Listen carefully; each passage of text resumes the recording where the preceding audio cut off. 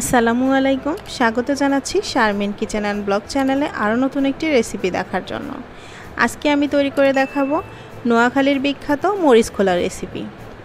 এই রেসিপিটা আমি আগে কখনো ট্রাই করিনি।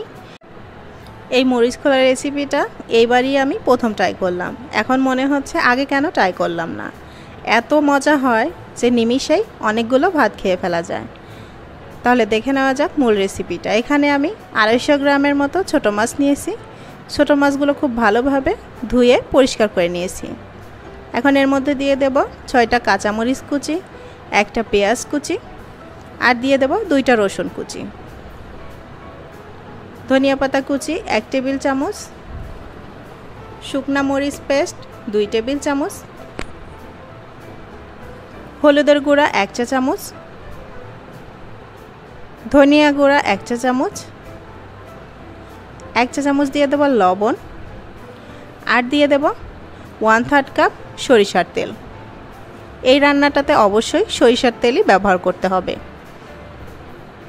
এবার খুব ভালোভাবে একটু সময় নিয়ে মশলাগুলো মাছের সাথে মিশিয়ে নেব। এই কাজটা একটু সময় নিয়ে করতে হবে। যত ভালো করে মাখানো যাবে টেস্টটা তত বেশি ভালো আসবে। মাখানো হয়ে গিয়েছে। এখন আমি একটা ফ্রাই প্যান নিয়েছি, এর মধ্যে দিয়ে দেব ফয়েল পেপার। যেহেতু আমার হাতের কাছে কলার পাতা অ্যাভেলেবল না, যাদের কাছে কলার পাতা অ্যাভেলেবল তারা এই কাজটা কলার পাতা দিয়েও করতে পারেন। এই রেসিপির মূল উপকরণ হলো কলার পাতা। এবার আমি মাছের মিশ্রণটা ঢেলে দেব। একটু সমান করে নিতে হবে, তা না হলে এক পাশে সিদ্ধ হবে, অন্য পাশে সিদ্ধ হবে না। এখন আমি খুব ভালোভাবে মুখটা বন্ধ করে নেব।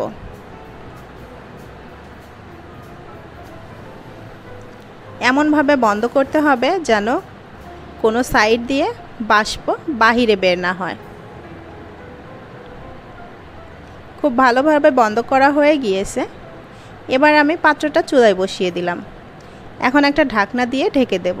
ঢাকনার যে একটা ছিদ্র আছে ওইটা আমি টিস্যু দিয়ে বন্ধ করে দেব।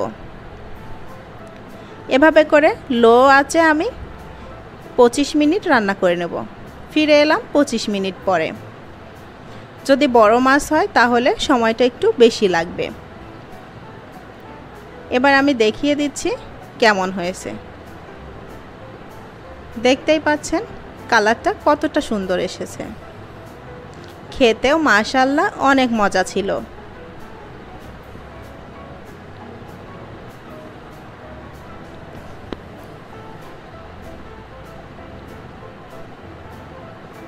এবার আমি একটা পাত্রে ঢেলে নেব।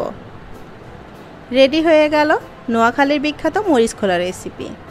আমার রেসিপিটি ভালো লাগলে একটা লাইক দিবেন, ফ্রেন্ডস অ্যান্ড ফ্যামিলির সাথে শেয়ার করবেন, আর সাবস্ক্রাইব করে পাশেই থাকবেন। আর আপনি যদি অলরেডি করে থেকে থাকেন তাহলে আপনাকে অসংখ্য ধন্যবাদ। আমি খেয়ে দেখিয়ে দিচ্ছি।